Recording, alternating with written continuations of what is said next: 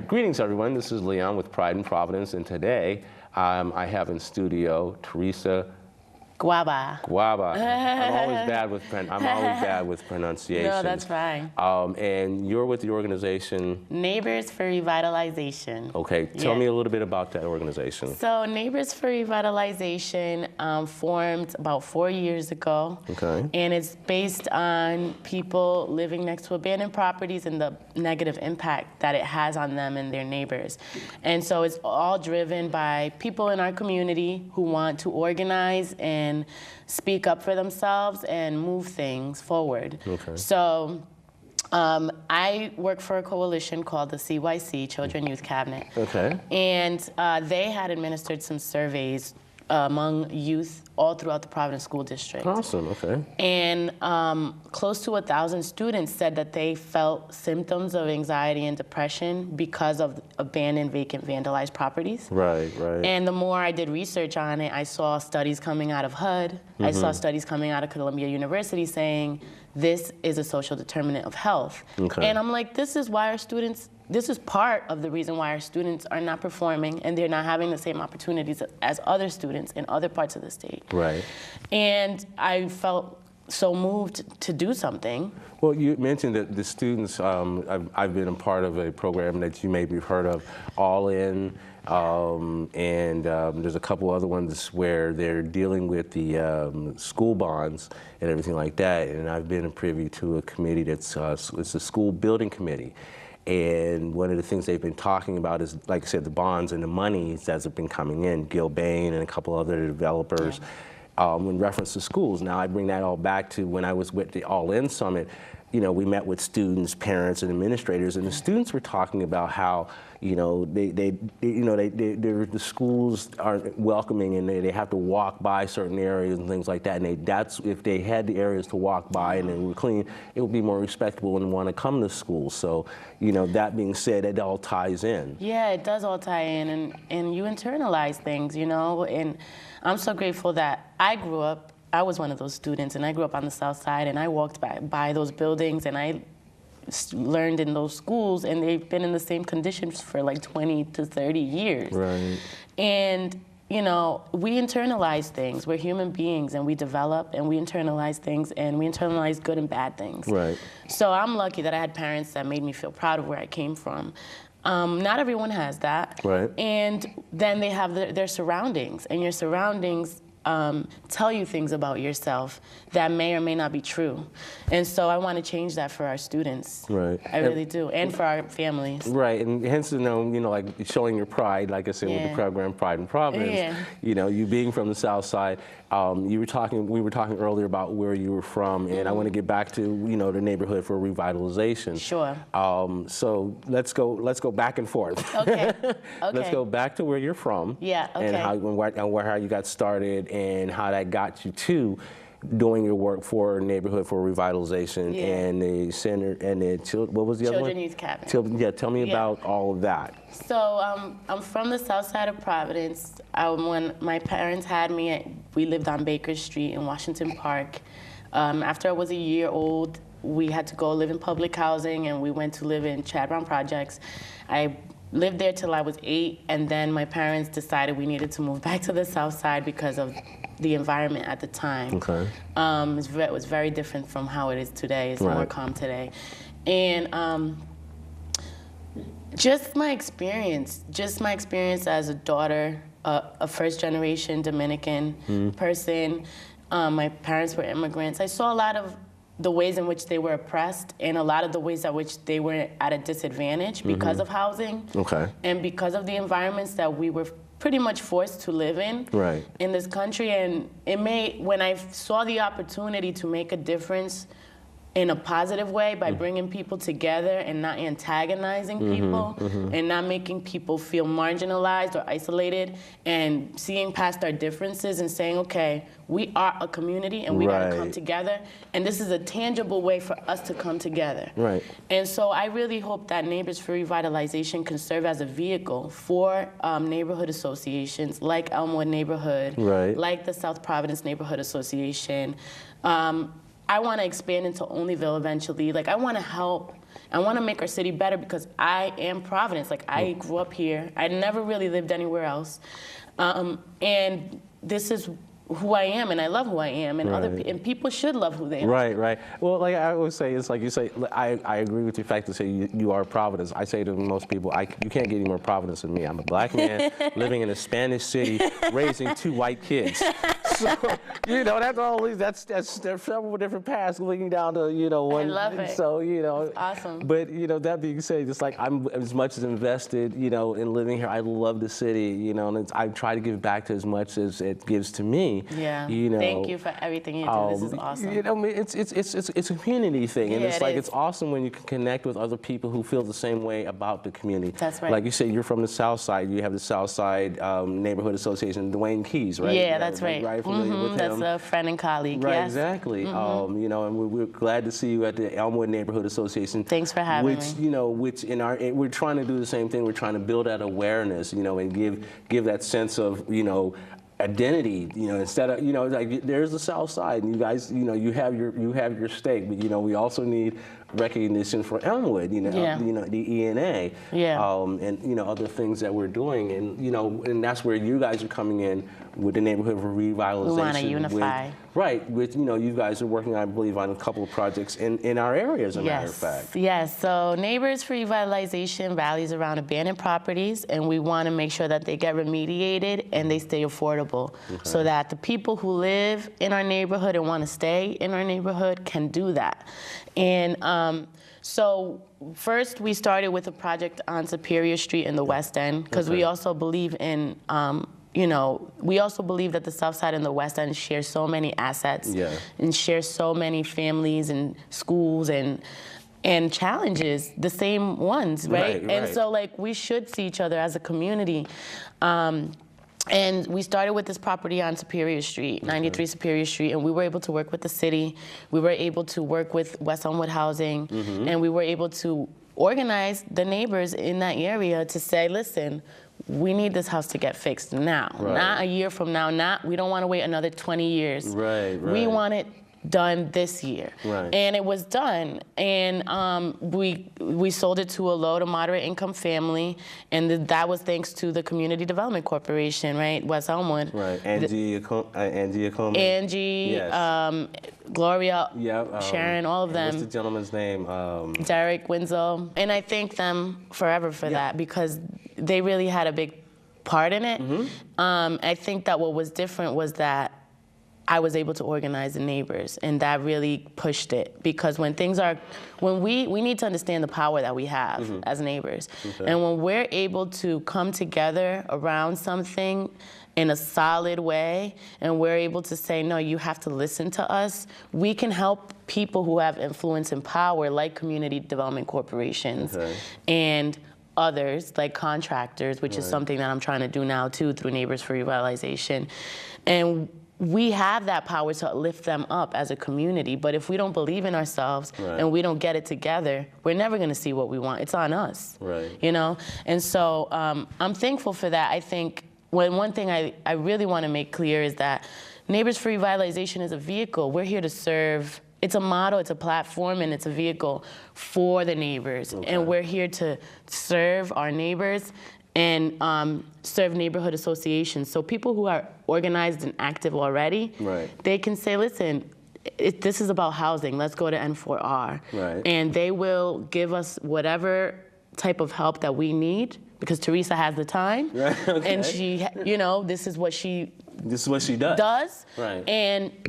And she will lift our voices, and we will make a difference, and that's what it's all about. Well, just say, Teresa, let's go in third person.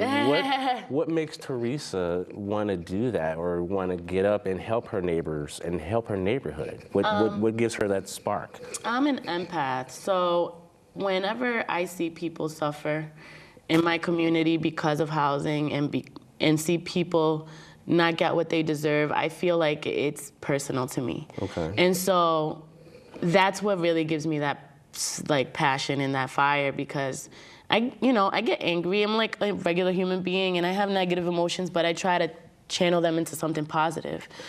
What I've been told, and it's like, I didn't mean to cut you off, but no, go ahead. What I like to use is called I over E. intellect over emotion. Exactly. Something I learned in PLTI. I went to PLTI too. Okay. Oh, Okay, I love PLTI. Yes. See, there's that community connection. Yeah. Mary Claire, Yep. Dia Shore. I love Dia Shore. Hi, Dia Shore. Hi, Dia Shore. I love you. But yeah, and I always try to shout them out. The PLTI was awesome. It's just like it's amazing. An awesome transforming program. Transformational, for sure. And you don't necessarily have to be a parent. You don't. As long as you have that, that advocacy. Feel responsible. Yeah, the advocacy spirit. And that's how I got started with my show Pride in Providence. It's like wonderful. I said. Living in Providence, and it's like when you leave Providence and you tell people you're from Providence, people go, Providence. They don't know. Like, wait a minute. They don't know, but they're gonna learn. Exactly. That's why I'm glad that I can, talk with, community members like yourself that are out there doing things. Trying. It's like, I don't stalk you, but it's like, like anything, we keep, we have to keep in touch with, via Facebook, and we have it's like, to. Yeah. You are a community member, you are a community voice. That's right. And people need to know that and know that you're a resource. And that's awesome. That you do that. So in other things that you're doing. Now you were saying you're doing with the children for Children Youth Cabinet. Yeah, tell me more about that. The whole way this started was I actually went to school for business. Okay. And Which school? Johnson and Wales. Okay. So J-Woo. J-Woo alma mater. And then I started to work in the business world, and I realized that it was not where I felt that I was living in my purpose. Okay. And I also saw a lot. I was, for the first time, because I was so confined to my neighborhoods, for the first time I was exposed to oppression, when it came to gender, race, and age. And I said, okay, well, this is not the type of thing I want to do. I don't want to maximize profits for people who don't care about my community. Right. I want to go somewhere and make my community better. Okay. And I don't want to move out. I want to stay, and I want to make it better. Okay. And so I started looking, and I said, what am I so passionate about? My mother was very passionate about education. She's a teacher's assistant in the Providence school system. Which school? Carnegie Laurel. Okay. And she's worked at many schools in Providence. She's been doing it for 20 years. Okay. And my mother is everything to me. And, she was someone who was a great student, and she never had the opportunity to further her education because of growing up in a third world country and having to come here and stuff like that. Right. And she always made a point for us to go to Knight Memorial Library every day after school. Right. And she really embedded a love for education in me. Okay. And so when I started looking for jobs, when I wanted to leave the business world, I started looking for jobs about improving outcomes for students and all of that. And I found the CYC, and they hired me. And when I got there, I had learned that I had to pave my own way, no matter what environment I was in, because that's just the way that our lives are.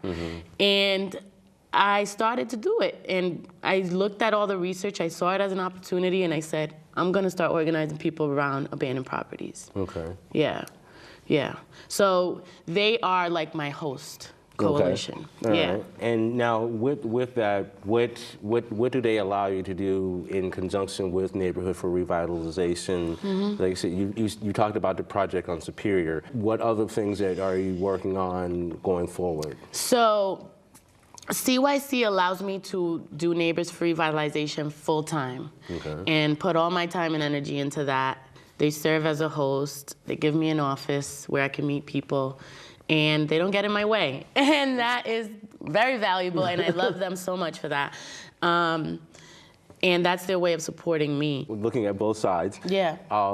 There are other organizations, DARE and things like that, that not necessarily would oppose to what you're doing, but you want to bring attention to the residents just as much as we want to bring attention to the community as well. Yeah. And it's, like we're not trying to exclude or anybody like that. It's a situation where, we have to look for the community. Yeah. And that's the purpose behind what you guys are doing. Right. So I'll clear that up. I love DARE. I'm part of the DARE family. I went through their DARE. Hey, Chris. Hey, Chris. Malchus. Yes, Malchus. Yeah. Malchus, John Prince. I love you guys.